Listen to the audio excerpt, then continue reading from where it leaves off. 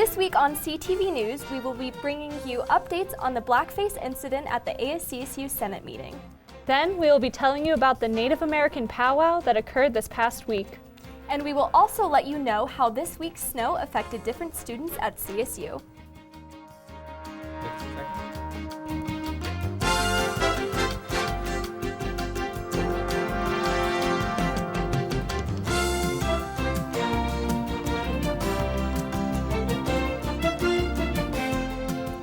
Good evening, I'm Bella Roberts. And I'm Ren Wadsworth, and you're watching Channel 11 CTV News.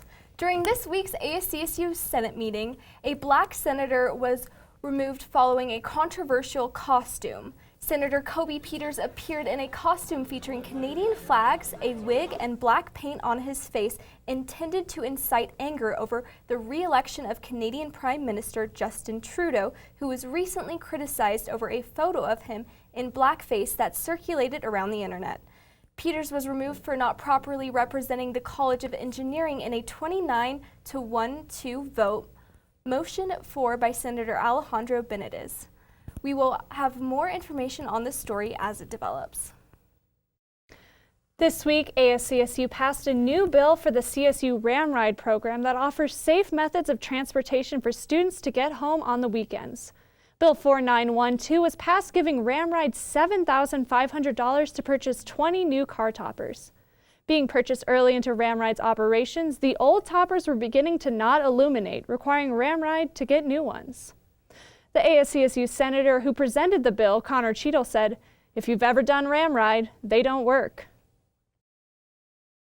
Fort Collins was hit with a snowstorm this week, but the CSU campus remained open. Here's more on how that affected students. The public safety team and president of the university make the final decision on campus weather closures.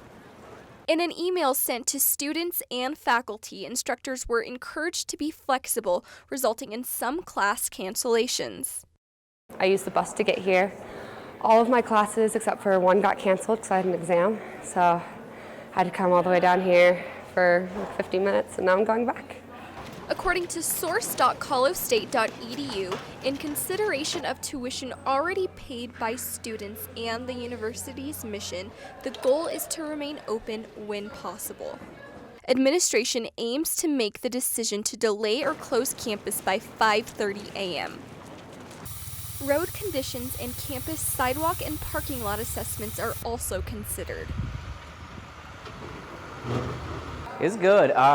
We did have a slip a little bit where the bus normally stops to pick you up. The road was a little too snowy or slippery, and the bus, as he was taking off, it slid off to the side, but he gained control real quick, so it wasn't too bad. Walking to my first class this morning was a little miserable just because of how cold it was, but that's really the only way it's impacted me.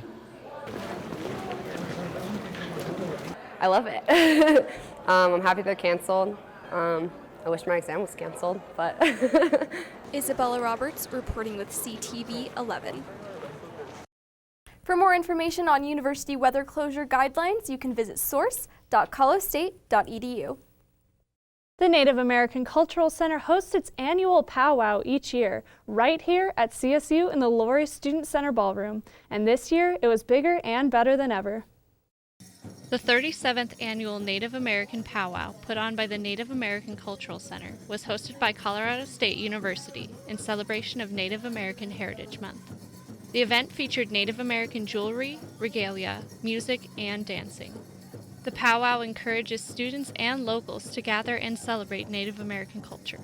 Alexandria Hopkins, Vice President of American Indian Science and Engineering Society, or ACES, says that the event is not just for Native Americans, but is an inclusive environment for students who are interested in Native American heritage to learn and understand the culture better. So it's a way to show, that we're still here and that we're still celebrating our culture, and that they have an opportunity to come and observe, know more of what, why people are doing what they're doing. Your friends who may not be, maybe non-natives, that they can come and see you and see you in a different light and a different element, and see more of your personality and more of what makes you you. Spiritual advisor Doug Goodfeather explains that a powwow is an opportunity for learning. But this is just a social dance where everybody's just coming to gather today, this style of dance. It's a gathering to come and have a good time, bring awareness to our communities, to our colleges, educate people, and just to help people understand where we come from. We have a lot of reasons and things that people are misconceptions of it and stereotypes of it. That is a good place to come and learn as well. A powwow is not only a celebration of culture, but also of life. Ren Wadsworth, CTV, Channel 11. Today is unfortunately the last day of Native American Heritage Month, but if you are interested in getting involved with the powwow next year, you can find more information at nacc.colostate.edu. Next February, CSU will be hosting its first international symposium over a 2-day period. Partnering with the Office of International Programming, the symposium will include a keynote speaker as well as individual education sessions. The symposium will aim to help CSU students and faculty to add global dimensions to their teaching and learning that goes on at CSU. Kathleen Fairfax, the Vice Provost for International Affairs, said, "This is a chance to showcase what all sorts of people are doing in the international area." CSU students and staff are able to submit proposals on the symposium to the Office of International Programming regarding a wide range of international topics. The Larimer County Coroner's Office has identified the victim of a fatal car crash that occurred in Poudre Canyon on Monday. 32-year-old Logan Martinez of Alamosa was identified as the individual killed. The crash that occurred around 10:15 a.m. on Rustic on Highway 14. According to authorities, Martinez was driving his Dodge truck headed east on Colorado 14 before crossing the lane on a curve, swiping a Freightliner box truck. Martinez was pronounced dead on the scene. The truck was being driven by 68-year-old Wayne Clark, who received minor injuries. Alcohol and drugs are not suspected factors, but speed is, according to authorities. On Wednesday, another Fort Collins coffee shop poured its last cups before closing its doors for good. The Wild Boar Cafe, located off South College Street, announced earlier this month that it would be closing after 12 years of operation.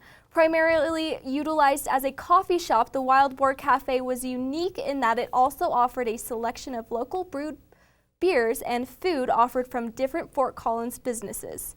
The cafe's closing comes following the closing of the Linden Street Cafe in downtown Fort Collins, which also closed at the beginning of the month. As you all know, today is Halloween, and with that came Yelp's rankings of the most haunted cities in the United States. Coming in at third place on the list this year is Fort Collins, coming right behind Savannah, Georgia, and New Orleans, Louisiana. This list was determined by calculating the number of Fort Collins businesses that have the word ghost, haunt, or creepy, excluding haunted houses from the list. The most haunted location in Fort Collins is said to be Walrus Ice Cream, where employees have reported broken windows among other suspicious activities. Fort Collins will be adding a new neighborhood park in the northeast side of town called Trailhead Park. The 5.6-acre park will feature a playground, bathrooms, a running path, turf grass fields, and shelters for neighborhood gatherings. The park, named after the surrounding neighborhood, is among the first parks built in that far northeast part of Fort Collins, an area that is set to see extensive growth in the next decades, according to the city planners and developers. Are you excited for the new park that's coming to Fort Collins? Yeah, I definitely am. I think I'll have to go check it out, maybe take a run down there. Yeah. Do you have any dogs that you could possibly take to the park? Unfortunately, my dogs are not here, but otherwise I would definitely bring them. Yeah, my dogs aren't here either, but I do have some guinea pigs that I could take to the park, maybe on some leashes. I don't know. Oh my goodness, that sounds so exciting. Well, next we have Remy with weather.